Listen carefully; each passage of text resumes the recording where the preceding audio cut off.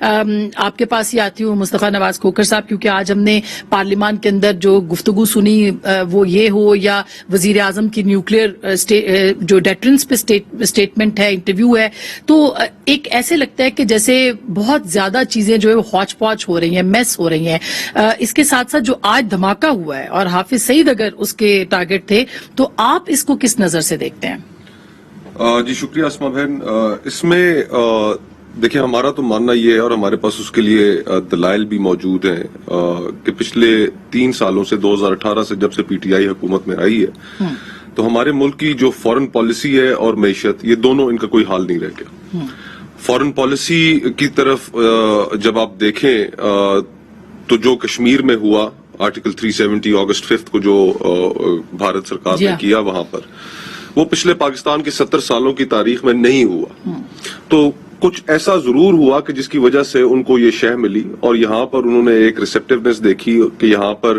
وزیر اعظم مودی کے الیکشن سے پہلے بیانات دیتے رہے کہ یہ الیکشن جیتیں گے تو میں اس کے اندر ایک ایکسپیکٹ کرتا ہوں کہ ہم مسئلہ کشمیر کے حل کی جانب بڑھیں گے، اور وہ اچھا حل کی جانب بڑھنا تھا کہ جس کے انہوں نے پورا کا پورا اس کی اینیکسیشن کر دی. پھر اسی طرح ہماری شاید تاریخ میں پہلی دفعہ ایسا ہوا ہے کہ تقریباً 6 سے 7 مہینے ہو گئے، جنوری میں امریکن پریزیڈنٹ نے اپنا عہدہ سنبھالا، اور اس وقت سے لے کر اب تک پاکستان کے وزیر اعظم کی مبارکباد کی کال بھی انہوں نے وصول نہیں کی. تو اس سے ہمیں اندازہ ہوتا ہے کہ ہماری جو اس وقت فورن پالیسی ہے اور دنیا کی جو ایک سپر پاور ہے جس سے ماضی میں ہمارا ایک بڑا اشتراک رہا ہے، کہ اس کے ساتھ ہمارے تعلقات کیسے ہیں. سی پیک کو آپ اٹھا کر دیکھ لیجئے، چائنیز پریشان ہے، سی پیک کے پروجیکٹس رکے ہوئے، ان کے اوپر پیش رفت نہیں ہو رہی. سعودی عرب سے ہمارے بڑے خراب تعلقات رہے، اور پھر ابھی جا کر کچھ ان میں 2 سالوں کے بعد بریک تھرو ہوا. تو اگر آپ ان ساری ان چیزوں کو ان ٹوٹیلٹی دیکھیں تو اب افغانستان کا جو معاملہ ہے اس میں ہم اس کو اس طریقے سے پاکستان ہینڈل نہیں کر سکا جس طریقے سے ہینڈل کرنا چاہیے تھا. ہمیں بڑے پرزور طریقے سے، میرے ذاتی خیال میں، وہاں پر جو ایک قوت ہے طالبان کی، اور جو ابھی نظر آ رہا ہے، اندیشہ ہے کہ وہ ٹیک اوور کر لیں گے کابل کو جیسی امریکی فوجوں کا انخلا وہاں سے ہوگا. میری ذاتی نظر میں ہمیں افغانستان میں جمہوریت کے ساتھ کھڑا ہونا چاہیے. وہاں کی عوام نے بڑی تکلیفیں دیکھی ہیں، ہمیں طالبان کی سپورٹ کسی صورت نہیں کرنی چاہیے. نے بڑا اچھا جو آرٹیکل لکھا اس میں تو انہوں نے کہا کہ عسکری جو کسی قسم کی جو عسکری قوت کا اقتدار میں آنا جو ہے وہ سود مند نہیں ہے، تو لیکن اس کو روک تو نہیں پائیں گے. دیکھیے ابھی بھی جو افغانستان میں مختلف صوبوں میں جو ایکٹیویٹیز طالبان کر رہے ہیں، وہ جو پروونشل ہیڈ کوارٹرز ہیں، صوبائی دارالحکومت ہیں، ان کو وہ رن اوور کرتے جا رہے ہیں. بالکل. تو اس عسکری قوت کے ساتھ پاکستان کا ایک دنیا میں ایک تعلق جڑا ہوا ہے، اور میرے خیال سے Pakistan should not be known like this کہ ہم ایک ایسی عسکری قوت افغانستان کے اندر آج جو لاہور میں، جیسے اب بلاول صاحب کا آپ بات سن رہے تھے اور اسی لیے میں نے آپ سے یہ سوال بھی پوچھا کہ آپ سمجھ رہے ہیں کہ جو افغانستان کی پالیسی ہے اس کا ریئیکشن آپ کو لاہور میں نظر آیا، یا اس کا معاملہ کہیں اور بھی ہے؟ کیونکہ ہندوستان بھی یہی چاہے گا کہ فیٹ اف ایک طرف چل رہا ہے، حالات کو خراب کیا جائے، ہم بھی موقع دے رہے ہیں، ہماری سیکیورٹی کا بھی عالم یہ ہے کہ گاڑی وہاں تک پہنچ گئی. دیکھیے قبل از وقت ہوگا، ٹیررزم کی ایک ایسی فیلڈ ہے کہ جس کے بہت سے ڈائمینشنز ہوتے ہیں، بہت سے فائنانسیئرز ہوتے ہیں. اب میرے لیے جب تک کوئی تنظیم اس کی ذمہ داری قبول نہیں کرتی تو اس وقت تک یہ کہنا مشکل ہے کہ ہمارے ادارے کسی انویسٹیگیشن تک انویسٹیگیشن میں کسی تک نہیں پہنچتے، تو اس سے پہلے قیاس ہوگا، اور قیاس میں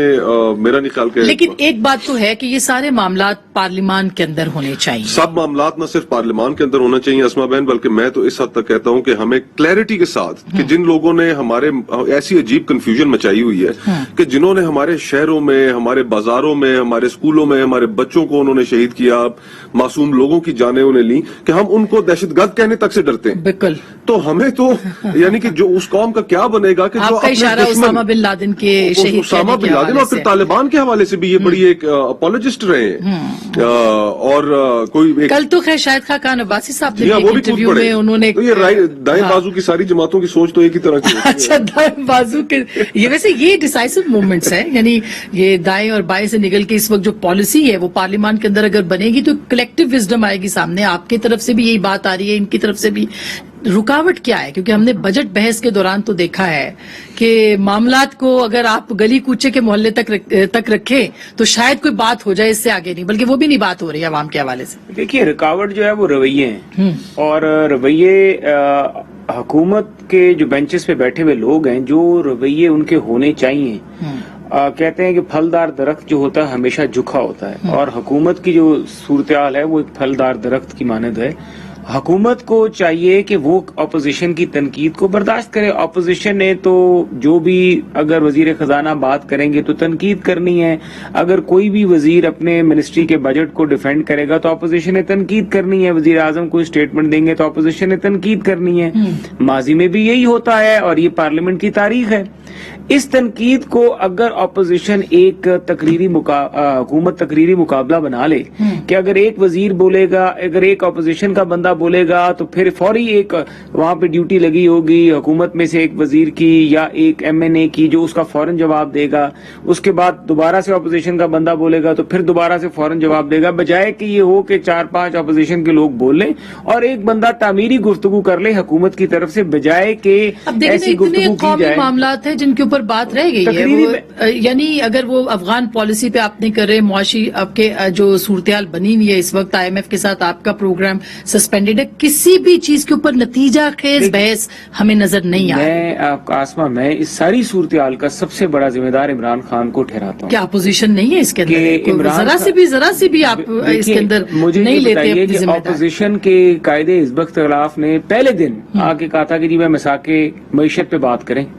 پہلے دن اس نے کہا کہ چلیں بال نے ان کی کورٹ میں رول کیا کہ بات کر لیتے ہیں، تو کیا آگے سے تنزیہ جواب آئے اور مساق جمہوریت کو ساتھ کوٹ کیا گیا اور عجیب و غریب گفتگو شروع کر دی کہ آپ کے ساتھ معیشت پہ بات کریں. آج بیڑا غرق ہو گیا معیشت کا اور ان کو ضرورت پڑتی ہے اپوزیشن کی امداد کے لیے نہیں بات کرتے. پاک بھارت کشیدگی کا معاملہ ہوا، اپوزیشن چل کے چلی گئی بات کرنے کے لیے، اپوزیشن، اور انہوں نے بات کرنے کی جو تھی انہوں نے وزیر اعظم یا آرمی چیف کو آنا پڑا، وہ بیٹھے اور وزیر اعظم نے کہا کہ پرائم منسٹر ہونے کی حیثیت، چیف ایگزیکٹو پاکستان ہونے کی حیثیت سے ان کا حق بنتا تھا کہ اپنی انا اور تکبر کو ایک طرف رکھتے اور اپوزیشن کے ساتھ بیٹھتے. کورونا کا معاملہ آیا،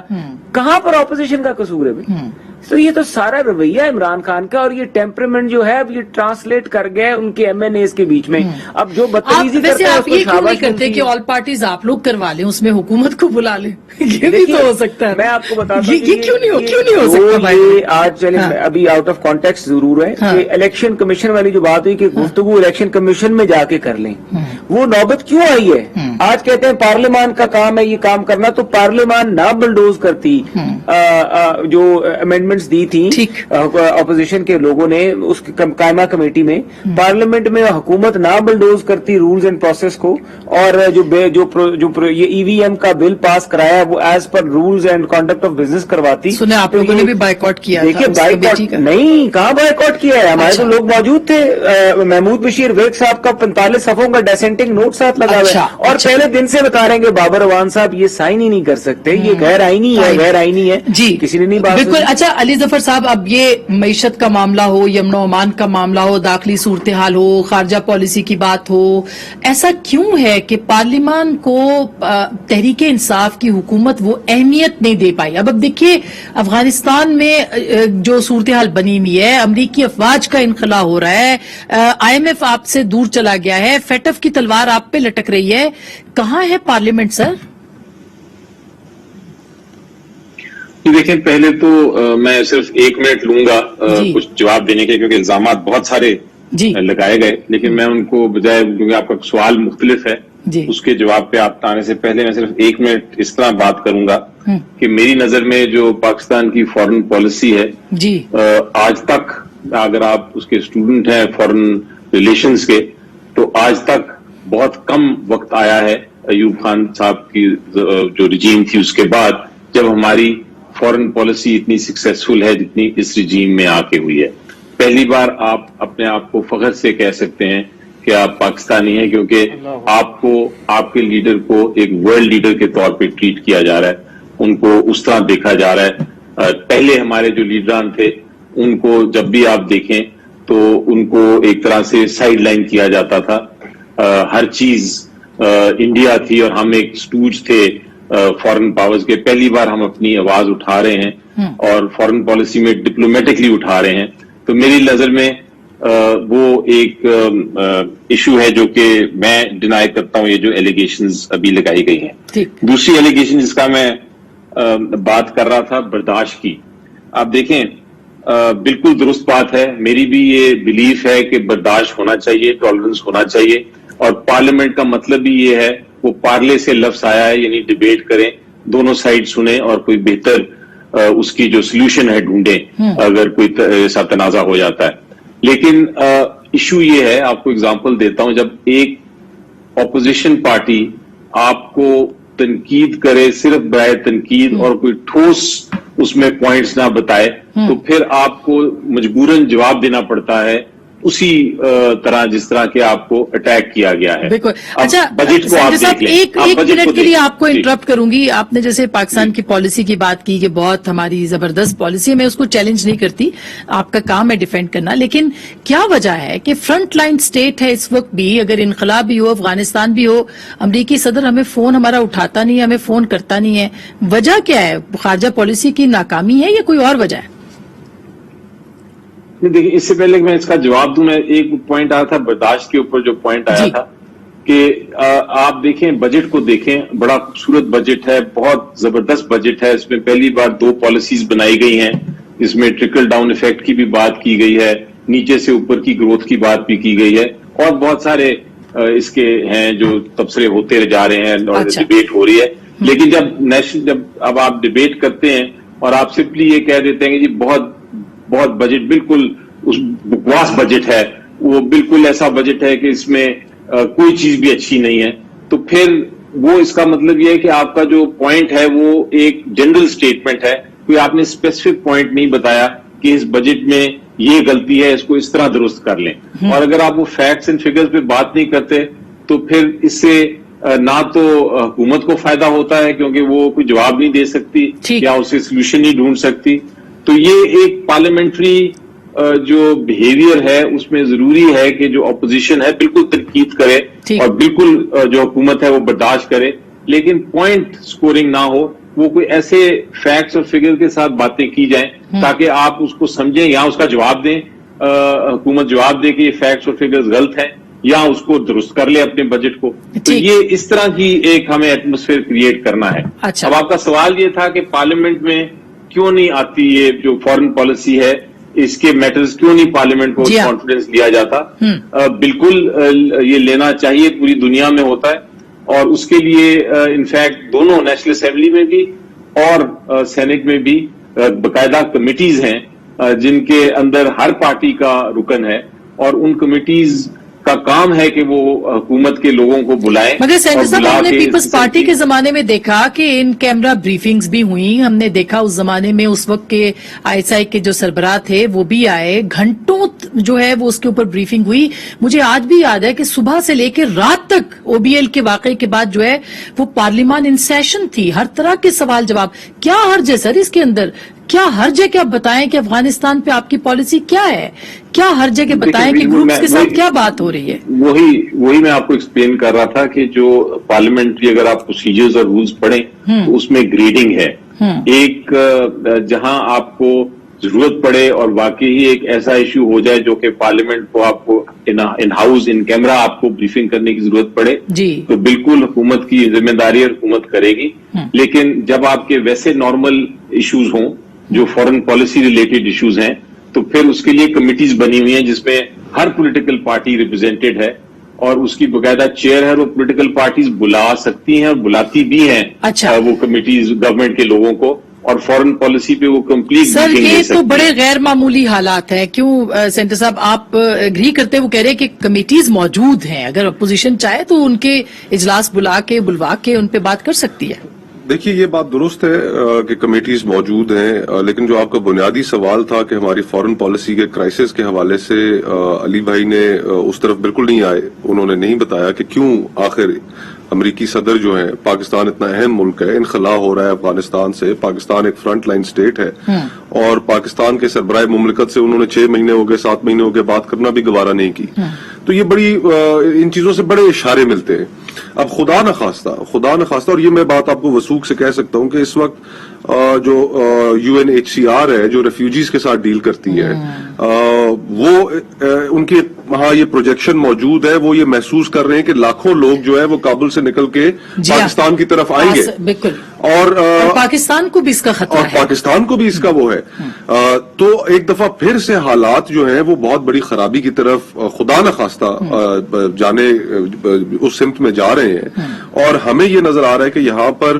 نہ پارلیمان کو اعتماد میں لیا گیا، کمیٹیز تو ایک بہت محدود پارٹیز کی نمائندگی ضرور ہوتی ہے، لیکن پارلیمان کو جب آپ اعتماد میں لیتے ہیں، پھر پارلیمان کی جب کلیکٹیو وزڈم اس میں شامل ہوتی ہے، سلالہ پہ ہم نے پارلیمان میں یہ فیصلہ کیا کہ ہم نے نیٹو سپلائی لائن روکنی ہے، سوات یمن کی آپریشن افواج کے اوپر پارلیمان میں فیصلہ ہوا، پھر اسی طرح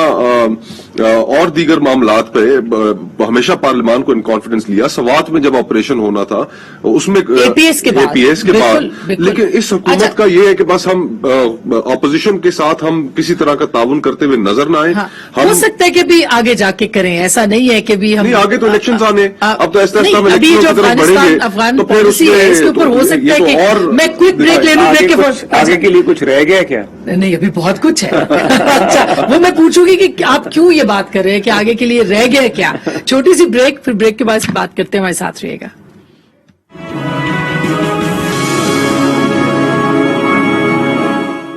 ویلکم بیک ناظرین، ایک بار پھر آپ کو خوش آمدید کہتے ہیں۔ رانجھا صاحب، اب ظاہر ہے کہ جب ایسا انوائرمنٹ ہی نہیں ہے کہ پارلیمان کے اندر بات ہو، اب یہ انتخابی اصلاحات کی بات ہے، الیکشن کمیشن اعتراض کر رہا ہے، کل چودھری فواد صاحب یہ کہہ رہے تھے کہ یہ اعتراضات ان کے غلط ہیں، ان کے پاس اختیار ہی موجود نہیں ہے، کیسے آپ لوگ آگے بڑھیں گے؟ دیکھیے، پہلی تو بات یہ، کوئی بھی اگر یہ کہے کہ الیکشن کمیشن کے پاس اختیار نہیں ہے تو یہ میں سمجھتا ہوں کہ بالکل غیر مناسب بات ہے، اور خاص طور پہ فواد چودھری صاحب جیسا بندہ جس کا لا کا بیک گراؤنڈ بھی ہے، کہ آئین میں لکھا ہوا ہے کہ جی الیکشن کمیشن نے فری اینڈ فیئر الیکشن جو ہے، ٹرانسپیرنٹ الیکشن جو ہے وہ انشور کرنے، اب اس کے لیے جو بھی موڈیلٹیز وہ اختیار کرے وہ کر سکتا ہے کہ فری اینڈ فیئر ہونے چاہیے۔ اب جہاں پہ الیکشن کمیشن سمجھ رہا ہے کہ کئی ایسی چیزیں ہو رہی ہیں جہاں پہ سیدھا آئین کے ساتھ کانفلکٹ ہے، وہ چیزیں نہیں ہونی چاہیے اس کے بیچ میں، اور اگر آپ الیکشن کمیشنز کے جو ہیں اختیارات اس کو ختم کرنے کی بات کر رہے ہیں، اگر آپ کچھ اپنے MNAs کو بچانے کے لیے ان کے خلاف جو عدالتوں میں کیسز چل رہے ہیں ان کو NRO دینے کی بات کر رہے ہیں، یا پھر آپ بل جو ہے وہ ایک ایسے لیکن یہ ہے تو پارلیمنٹ کا کام ہے نا، لیکن آپ لوگوں نے کیا کیا؟ آپ لائے عمل آپ لوگ کیا بنائیں گے؟ دیکھیے، یہ ایک بڑی واضح بات ہے کہ ہم لوگوں نے جب ہمارا ان کے ساتھ PDM اور سارے معاملات چل رہے تھے اور ہم نے اسپیکر صاحب نے جب کہا کہ بیٹھ جائیں، ہم نہیں بیٹھے، ہم نے کہا کہ ہم بیٹھیں گے وہ فورم جو کہ قائمہ کمیٹی پارلیمنٹ کی اس چیز کو دیکھ رہی ہے، پارلیمانی امور کی قائمہ کمیٹی ہے، اس کے ہمارے 4 اراکین ہیں، محمود بشیر ورک صاحب ہیں، رانا ثناء اللہ صاحب ہیں، عبد الرحمان کانجو صاحب ہیں اور رانا مبشر صاحب ہیں، چاروں لوگ جو تھے وقتاً فقتاً میٹنگز اٹینڈ کرتے رہے، اور جس دن انہوں نے بل پاس کرایا اس سے پہلے ہم نے ان کو ایک ہی بات بتائی کہ بابر اعوان صاحب سے جو دستخط کرائے گئے ہیں یہ اسلام آباد ہائی کورٹ کے، سندھ ہائی کورٹ کے فیصلوں کی خلاف ورزی ہے، حفیظ شیخ کے کیس میں یہ فیصلہ آ چکا ہے کہ کوئی بھی مشیر وزیر کے اختیارات استعمال نہیں کر سکتا۔ اس کو آپ چیلنج بھی کر سکتے ہیں؟ جی چیلنج کر سکتے ہیں، لیکن ہم نے ان کو یہی بات کہی کہ پارلیمنٹ کی بات عدالتوں میں چیلنج کرتے ہم اچھے نہیں لگتے، اس کو ریزالو کر لیں، اس بات کو آپ بہتر کر لیں، منسٹر انچارج وزیر اعظم خود ہے، یا تو منسٹر انچارج سائن کرے بل کو اور پھر ٹیبل ہو بل اور پھر اس کو آئے پھر بات کریں، اور دوسرا اس کے علاوہ ہم نے کوئی 45 پیجز کا ڈائسینٹنگ نوٹ دیا، ہم نے ہر کلوز کے اوپر ان کو کہا کہ جہاں پہ ہمارا ایگریمنٹ تھا وہ بھی بتایا، جہاں پہ ہمارا ڈس ایگریمنٹ تھا وہ بھی بتایا، انہوں نے بل پاس کر لیا، ادھر بھی پاس ہو گیا، ادھر بھی پاس ہو گیا نا، اکثریت تھی ان کے پاس، لیکن یہ ہے کہ اگر تو وہ کہتے ہیں کہ الیکشن کا ایسا قانون ہے جس کے لیے اکثریت نہیں دیکھی جاتی، جس کے لیے کنسنسس دیکھا جاتا ہے، جب نواز شریف صاحب نے الیکشن ایکٹ میں وہ تو آپ اخلاقی اقدار کی اور پارلیمانی اقدار کی بات کر رہے ہیں، نواز شریف صاحب نے اس وقت تمام پولیٹیکل پارٹیز کو اکٹھا کیا تھا، اسحاق ڈار صاحب موجود تھے، وہ کمیٹی کے سربراہ تھے، انہوں نے سب کو اکٹھا بٹھایا تھا، چاہے اس میں تحریک انصاف تھی، چاہے پیپلز پارٹی تھی، مسلم لیگ نون تھی، یہ اسپرٹ ہوتی ہے الیکشن لاز کو امینڈ کرنے۔ اچھا، اب یہ کیا ہوگا ابھی جو اس معاملے کے اوپر، کیا ہم سمجھے کہ یہ ڈیڈ لاک جو ہوا ہے یہ پرماننٹ ہے؟ اپوزیشن پارٹیوں کے پاس کیا اختیار ہے؟ جیسے انہوں نے کہا چیلنج کر سکتے ہیں لیکن ہم کریں گے نہیں، تو حکومت تو سنے گی نہیں، سینٹ کے اندر آپ کی اکثریت ہے، بہرحال آپ چاہیں تو اس کو روک سکتے ہیں اس بل کو۔ اسما بہن، بالکل جو اس کو اپوز کرنے والی بات ہے وہ ہمارے پاس دلائل موجود ہیں, نکات ہیں کہ جن کے اوپر ہم سمجھتے ہیں کہ جو انتخابی اصلاحات ہیں اسپیشلی ہماری, کیونکہ اتنی ایسی ایک تاریخ موجود ہے, 2018 کے الیکشنز موجود ہیں کہ جن میں R T S system fail ہوا, 5-6 گھنٹے تک, 7 گھنٹے تک, رات گئے تک, کسی کو پتہ ہی نہیں تھا کہ الیکشنوں کے نتائج کیا آ رہے ہیں, ہر سب سلسلہ رک گیا. اور پھر اس کے بعد جب نتائج آنا شروع ہوئے تو پھر واضح ہونا شروع ہوا کہ ایک مخصوص جماعت کو میجورٹی دلوائی جا رہی ہے. یہ کم از کم ہمارا ماننا ہے, ہمارا کہنا ہے, ہمارا موقف ہے. یہ اپوزیشن اس کے اوپر اپنی سیاست ضرور کر رہی ہے, اس کو اجاگر بھی کر رہی ہے. لیکن میرے خیال میں اسما بہن, میں یہ سمجھتا ہوں کہ ابھی تک جو پچھلے 3 سال گزرے ہیں میرے ذاتی خیال میں, اور یہ فراخ دلی سے ہمیں, آپ نے ذاتی خیال دوسری بار استعمال کیا میرے ذاتی خیال میں جی کہ اپوزیشن بھی ایک ڈائریکشن کے بغیر ہے. 3 سال اتنی نالائق حکومت ہو, میں معذرت چاہتا ہوں علی بھائی سے, میں ان کو غصہ نہیں, اشتعال نہیں دلانا چاہتا, یہ میرا اپنا ذاتی خیال ہے. آپ امیجن کریں کہ شہید بی بی اگر زندہ ہوتی تو اس جیسی حکومت کو تو 1 سال کے اندر فارغ کر کے, چلتا کر کے سائڈ پہ کرتے. تو آپ لوگوں نے نہیں کیا نا, اور اپوزیشن کے آپس کے اختلافات, ہاں, ہم اتنی مہنگائی, جس ملک کے اندر اس طرح کے حالات ہوں, ایک عام آدمی پریشان ہو, اس کا زندگی گزارنا مشکل ہو, اور ان حالات میں جہاں پہ فورن پالیسی کا کوئی حال نہ ہو, ہماری جو سیاست ہے اس کا گلا گھونٹ دیا گیا ہو, صحافیوں کے اوپر دن دہاڑے حملے ہو رہے ہوں, ان کے اوپر ایک خوف ہو, ان کے اوپر دباؤ ہو, تو یہ تو ایسے حالات ہیں کہ جن کے اندر اپوزیشن چمکتی ہے. ہاں بالکل, اپوزیشن کھل کر سامنے یہاں دبتی چلی جا رہی ہے, یہاں دبتی چلی جا رہی ہے الٹی. تو آپ کی اس تنقید کو کس معنوں میں لیا جائے, یہ بھی ایک اہم سوال ہے. نہیں, میں دیکھیں غور تو کرنا چاہیے نا کہ کہاں کس مقام پر ہم ناکام ہو رہے ہیں, کہاں ہمیں سکسیس مل رہی ہے. بالکل کرنا چاہیے, بالکل کرنا اور ہمیں فراخ دلی سے اس کے اوپر غور کرنا چاہیے. بالکل, عوام کو ایک ہوپ تھی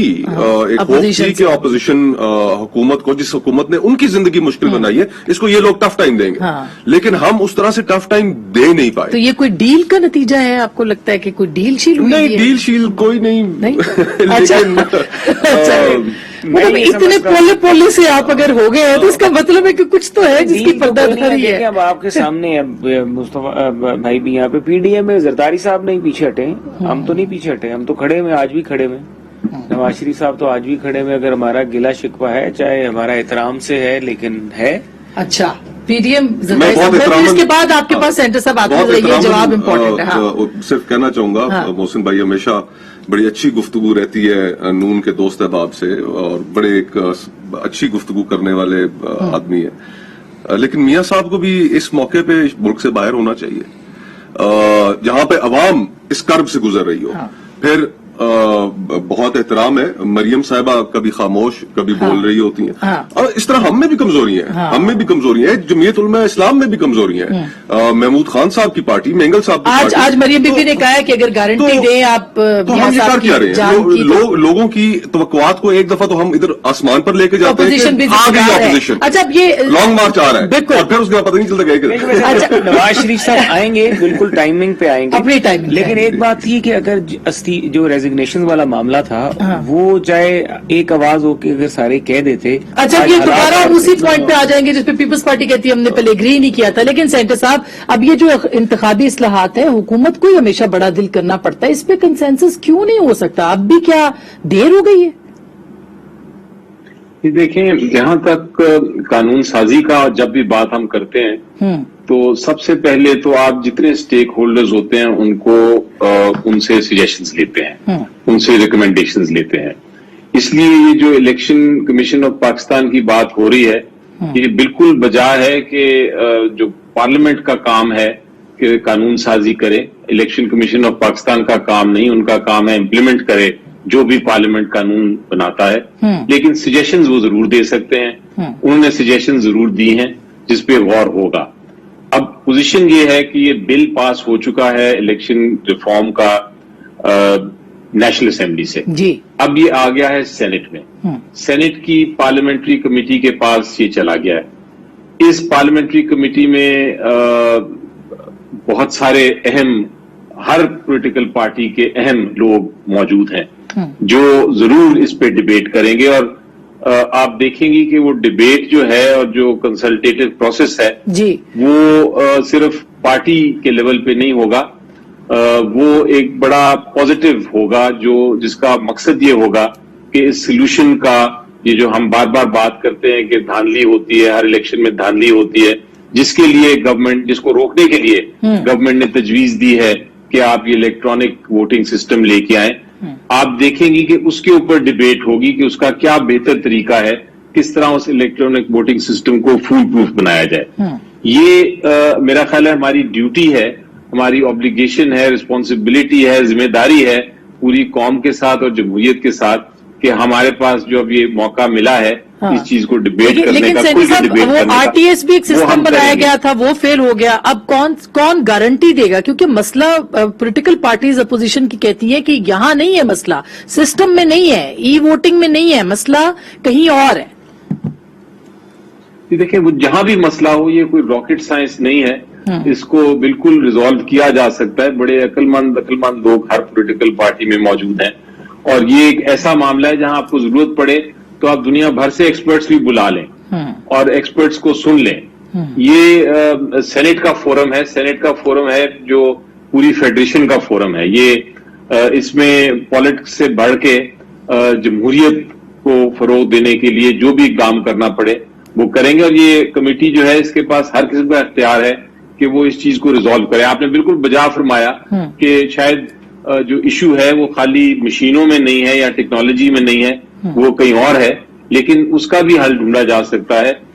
ٹیکنالوجی کے استعمال سے آپ اتنا فول پروف بنا سکتے ہیں چیزوں کو۔ آفٹر آل آپ دیکھیں پہلے جب نادرا کی یہ ٹیکنالوجی آنی تھی، آئی ڈی کارڈ کا سسٹم آنا تھا، اس وقت بھی بڑے لوگ بات کرتے تھے کہ جی یہ تو سسٹم فیل ہو جائے گا، لیکن میرا خیال ہے اس وقت دنیا میں آپ کمپیئر کریں تو ہم کسی دنیا کے ملک سے کم نہیں جتنا یہ ہماری نادرا کی ٹیکنالوجی اویلیبل ہے۔ مسئلہ کہیں اور۔ میں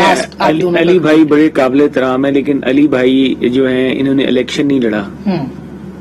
انہوں نے کبھی کسی حلقے میں جا کے الیکشن اگر لڑا اور پولنگ ایجنٹس کے حالات دیکھے ہوں جب وہ ووٹ کی کاؤنٹنگ ہوتی ہے اور کتنی ٹینس سچویشن ہوتی ہے جب فارم 45 لینا ہوتا ہے،